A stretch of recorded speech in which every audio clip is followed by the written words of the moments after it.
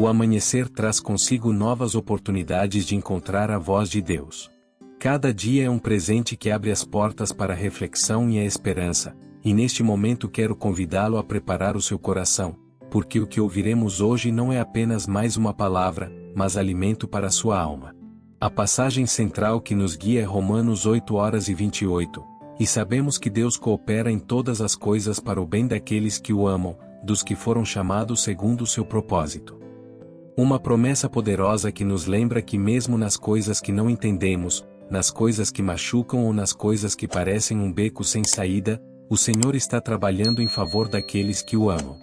Para compreender este princípio mais profundamente, quero guiá-lo a uma cena bíblica raramente descrita em detalhes, mas que contém uma mensagem eterna. Foi um período de seca prolongada na terra quando o profeta Elias, obedecendo à voz do Todo-Poderoso, recebeu a ordem de se retirar e se refugiar no ribeiro de Quirite.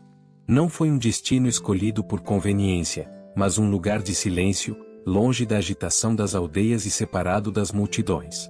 Lá, ele aprendeu a arte de depender completamente da provisão divina. As Escrituras nos dizem que todas as manhãs e noites corvos enviados por Deus chegavam com pão e carne, e que a água límpida do riacho matava sua sede. Imagine a cena em detalhes: um homem de Deus sentado sozinho, ouvindo o murmúrio constante das águas que fluíam suavemente, cercado pelo vasto silêncio do deserto, e observando como, exatamente no momento certo, pássaros negros desciam do céu trazendo comida como se fossem mensageiros do trono celestial. Essa experiência nos lembra o que diz o Salmo 37:25, fui jovem e agora sou velho, contudo, nunca vi o justo desamparado, nem a sua descendência mendigando o pão.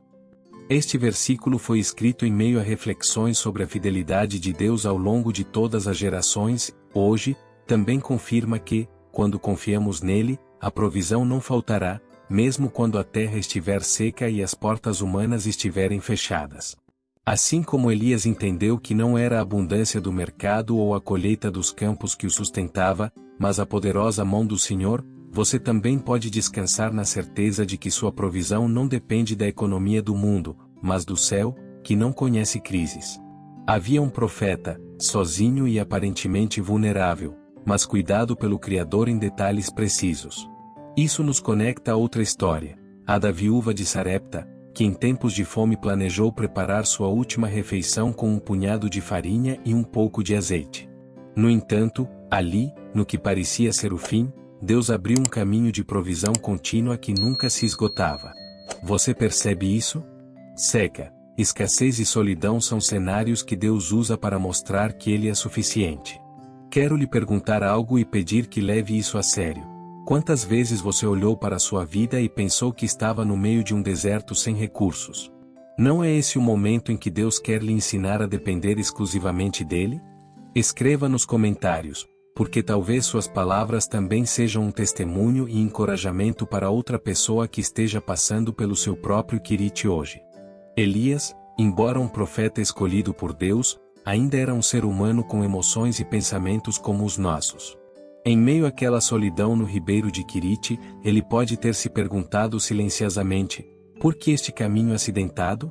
Por que este esconderijo isolado em vez de um lugar de honra à mesa de um rei? Seu coração pode ter sentido as dores da incerteza, e seus olhos podem ter olhado para o céu, perguntando-se por que ele tinha que suportar aquela provação. Mas foi naquela aparente contradição, naquela seca, naquela fome e isolamento, que ele descobriu um tesouro escondido, a certeza de que o Senhor jamais o abandonaria.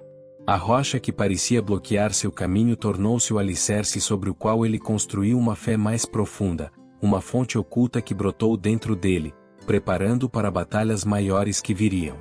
Essa experiência prenunciou o dia no Monte Carmelo, quando, diante de centenas de profetas de Baal e Azerá, Elias teria que erguer a voz e clamar ao Deus verdadeiro. De onde viria a coragem para perseverar em meio a tanta oposição? Do treinamento na solidão, do alimento secreto que recebeu em Quirite, da confiança cultivada em segredo. Assim também acontece com você. O que hoje parece um fardo insuportável ou um confinamento sem esperança está, na verdade, forjando em você a força que precisará amanhã. A palavra nos lembra em Isaías 41:10, Não temas, porque eu sou contigo, não te assombres, porque eu sou o teu Deus. Eu te fortaleço, sim, eu te ajudo, eu te sustento com a minha destra fiel. Este versículo foi dado a um povo cansado e com medo do seu futuro, mas o Senhor lhes garantiu que Ele mesmo seria a sua força. E o mesmo aconteceu com Elias. Embora estivesse sozinho diante da seca, ele descobriu que a presença de Deus era companheira suficiente. Da mesma forma, quando você passar por provações e perguntas sem resposta, lembre-se de que essa dificuldade não é o fim, mas sim a oficina onde Deus fortalece sua fé para desafios maiores. Considere outra cena pouco contada, quando o rei Ezequias adoeceu gravemente e recebeu a notícia de que seu tempo havia chegado ao fim. A Bíblia diz que ele virou o rosto para a parede e chorou amargamente diante de Deus. Aquele momento de desespero tornou-se uma fonte de fé, pois o Senhor ouviu sua oração e lhe concedeu mais 15 anos de vida. Não é a mesma coisa que Elias experimentou no riacho? O que parecia condenado e definitivo transformou-se em uma oportunidade de experimentar a fidelidade do Todo-Poderoso. E agora eu lhe pergunto, que situação em sua vida você viu como uma pedra no caminho? Que solidão ou perda se tornou um esconderijo doloroso? Você consegue acreditar que ali, no que parece um obstáculo, está a preparação de Deus para o que você ainda não viu? E a mesma coisa acontece em nossas próprias vidas. Muitas vezes vemos a dificuldade e a interpretamos como um castigo, como um fardo pesado demais para suportar. Pensamos que Deus nos abandonou ou não ouve mais nossas orações. Mas a verdade que a palavra revela é muito diferente. Cada processo, por mais doloroso que pareça, contém uma bênção oculta que só será revelada no tempo determinado.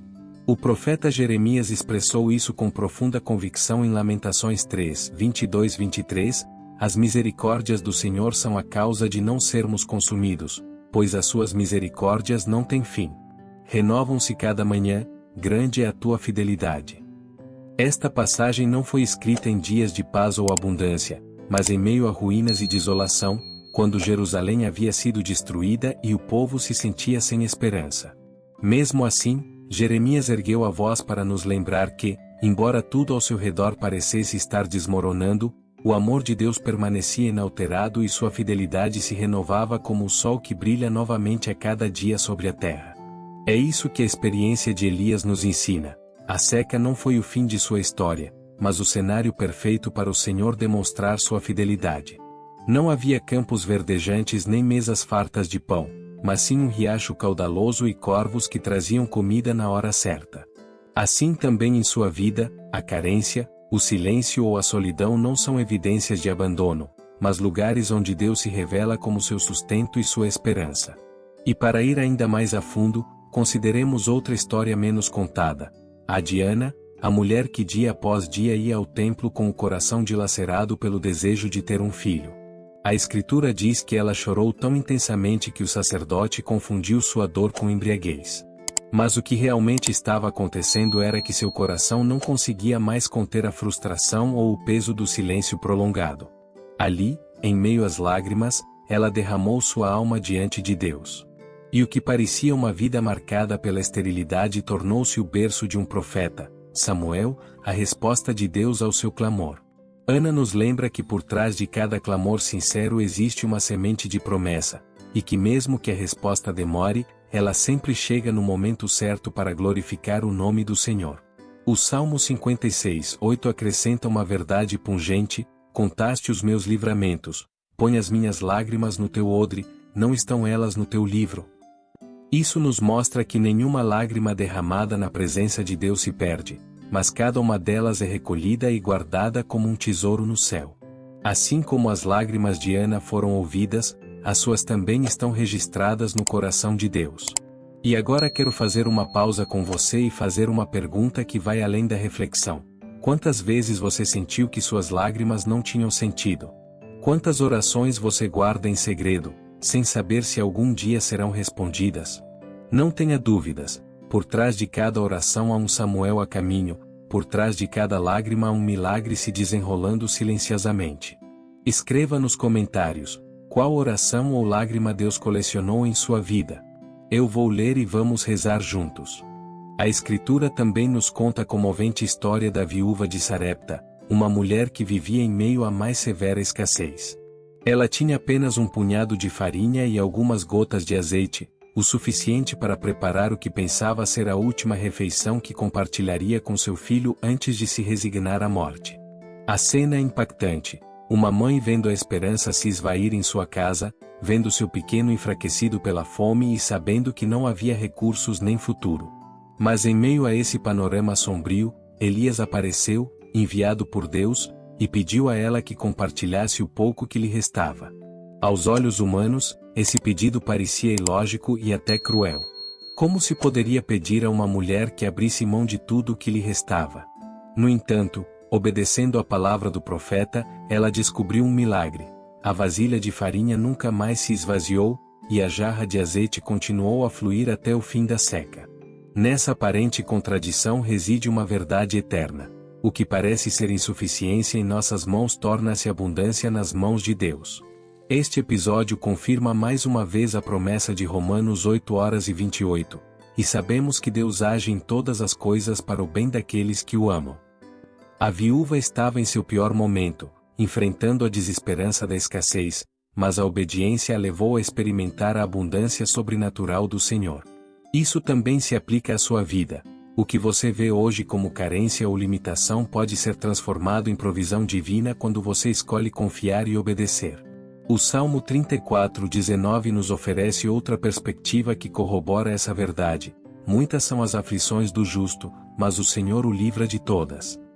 Este versículo foi escrito em um contexto de perseguição e sofrimento, lembrando-nos de que os justos não estão isentos de problemas. Não diz que os filhos de Deus nunca experimentarão escassez, doença ou solidão, mas que em cada uma dessas provações eles verão a mão poderosa do Senhor os erguendo. E foi isso que aconteceu com todos esses personagens: Elias junto ao riacho, Ana no templo, a viúva em sua pobreza, Jeremias em seu pranto. Todos enfrentaram aflições, mas em cada cenário havia um plano divino em ação, um propósito oculto que, em última análise, revelou a fidelidade de Deus. O próprio Jesus, com palavras que permanecem um bálsamo para nós, assegurou-nos em João 16:33, no mundo tereis aflições, mas tende bom ânimo, eu venci o mundo. Com esta declaração, o Senhor não nos prometeu um caminho sem pedras nem dificuldades, mas sim uma vitória garantida mesmo em meio a elas. Nossa esperança não se baseia na ausência de provações, mas na certeza de que o vencedor já pavimentou o caminho. E essa vitória é o que sustenta a sua fé hoje, lembrando-lhe que, mesmo que as pedras ao longo do caminho pareçam gigantescas e inabaláveis, o Senhor já venceu e lhe dá forças para seguir em frente. Hoje, anseio para que esta palavra permaneça não apenas em sua mente, mas penetre nas profundezas do seu coração. Quero que você aguarde como um tesouro dentro de você.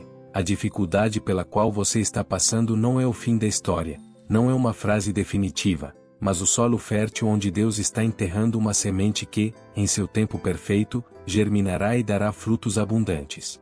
Talvez neste momento você não consiga entender, talvez seu olhar veja apenas lágrimas, esperas prolongadas e silêncios que parecem eternos. Mas chegará o dia em que você olhará para trás e sua boca proclamará com gratidão: valeu a pena cada lágrima, cada espera, cada silêncio, porque em todos os momentos Deus estava trabalhando em meu favor. Assim como o semeador confia que a semente na terra não está morta, mas em processo, você também deve acreditar que suas provações de hoje estão produzindo uma colheita futura. O próprio Jesus nos falou sobre esse princípio em João 12:24. Em verdade vos digo que, se o grão de trigo, caindo na terra, não morrer, fica ele só, mas, se morrer, dá muito fruto. Este versículo foi proferido nos dias que antecederam sua paixão, quando anunciou que sua morte seria o caminho para a vida eterna. O que parecia uma derrota para muitos foi, na verdade, o início de uma grande vitória.